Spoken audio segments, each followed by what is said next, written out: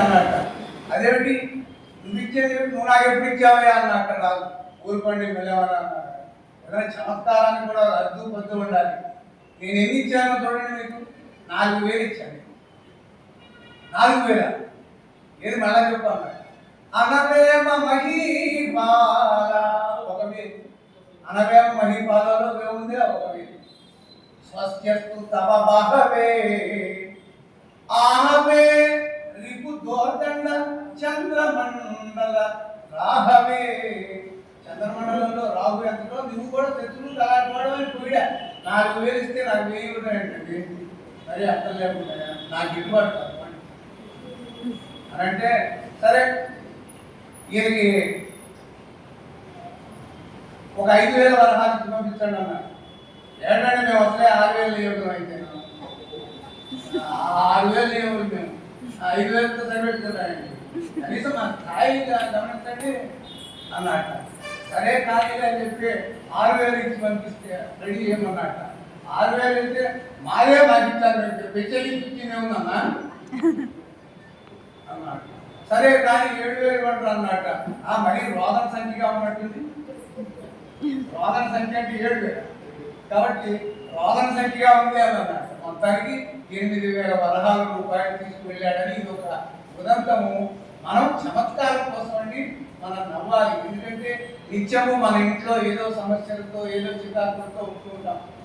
భగవంతుడు మనల్ని సృష్టించాడు కానీ సంతోషం మనమే సృష్టించుకోవాలి. కనుక ఇవాళ భారంతో కూడినటువంటి వయోవృద్ధులైనటువంటి మనం మనతో పిల్లలు మాట్లాడడానికి ఇష్టపడరు. మన యొక్క జాగ్రత్తలు వాళ్ళకి వినిపించు. ఎక్కడ వినిపిస్తాయంటే మన వయసు వాళ్ళందరూ తోడు కూర్చొని ఇలాంటి సాహిత్యమో ఇలాంటి పాటో ఓ పద్యమో పాడుకుంటూ ఉంటే మళ్ళా మనకి ఆయురారోగ్యాలు పెంపొందుతాయి. ఇది కూడా ఒక రకమైన టానిక్. అది గుర్తుపెట్టుకునే ఆ చేతన మహనీయుడు పిల్లల కంటి వారు ఈ కార్యక్రమాలు పెట్టండి అన్నాడు. వాస్తవానికి యువత ఇక్కడికి ఎవరు రావడం లేదు. కారణం యువతకి ఇలాంటి అక్కర్లేదు. వాడు డాడీలు అక్కర్లేదు, మమ్మీ అక్కర్లేదు.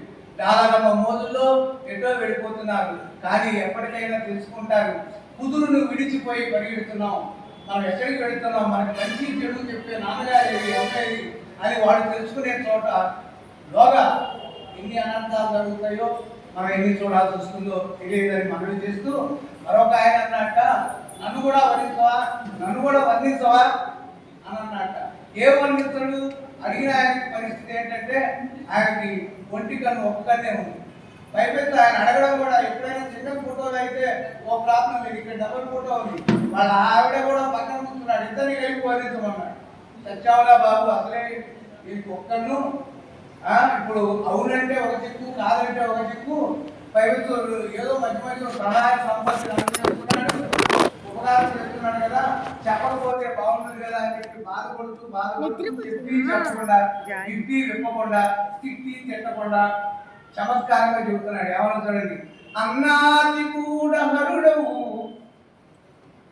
అన్నాతిని కూడకున్న అసురగురుండవు, అన్నా తిరుమలరాయ కన్నొక్కటివే కలిగిన కౌరవపతివే. చాలా చమత్కారం ఏంటండి. అన్నాది ఆ ప్రశ్న నాకి అన్నాకి. నీవు నీ భార్య ప్రక్కన ఒకసారి ఇద్దరికి కలిపి చెప్తున్నాను. అన్నాకి కూడా హరుడవు. మీ ఆవిడ మీ పక్కన ఉంటే మీరు ఏమని చెప్పమంటారండి? మీరు సాక్షాత్తు ముక్కంటి ఈశ్వరుడితో సమానం అన్నాడు. అంటే కవి హృదయం ఏంటో తెలుసా? నీకు ఒక కన్ను ఉంది, మీ ఆవిడకి 2 కళ్ళు ఉన్నాయి. ముక్కంటి అంటే ఈశ్వరుడు. అంటే ఈయన కోరికలు ఈయన తీర్చుకున్నాడు తిట్టాలని. నీకు ఒంటి గంటి వాడు అని ఎగదాన్ని చేసినట్టు ఉండకూడదు. అతను కనుకుంటున్నాడు, అబ్బో నన్ను కైలాస అధిపతి అయినటువంటి ఈశ్వరుడితో పోయినాడా చలా. సరే ఇప్పుడు ఏమే నువ్వు కాస్త పక్కకి వెళ్ళు, నన్ను ఒక్కడే